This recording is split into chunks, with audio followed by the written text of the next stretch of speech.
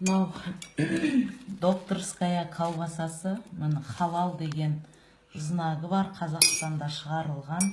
Шақтың ең қымбат колбасасы. Міне, мынаны мен қазір қуырып,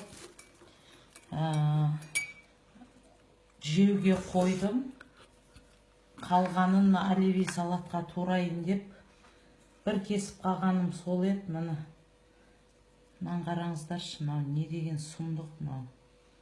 Мынаның ішінде мынау не нәрсе деп ойлайсыздар?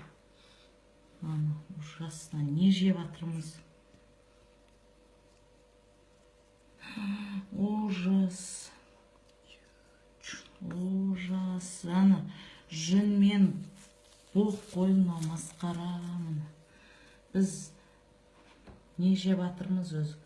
Халал деген колбасаның ішінен шыққан, міне. Ужас, ужас. Енді гары колбаса жемеспін. Не нәрсе мынау, масқара. Халал деп аламыз. Боқ қой. Боқ пен жүн. Ужас.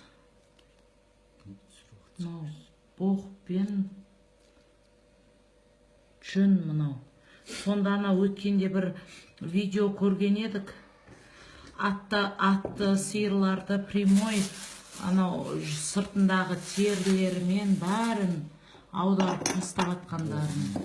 Боғымен ішін жармаған, басын соймаған, сол күйінше анау неге тастап атқанын бір көрген едім.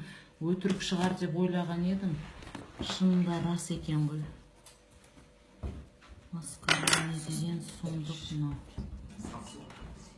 Иісі сасығанда әлемді алып жатыр. Мынау докторская колбасасы, осыны шақтың колбасасын жейміз ғой біз. Ойбай, халал. Ішіне шошқаның майын қоспайды. Одан таза істейді деп жегеніміз мынау. Құрсын мынаның бәрін.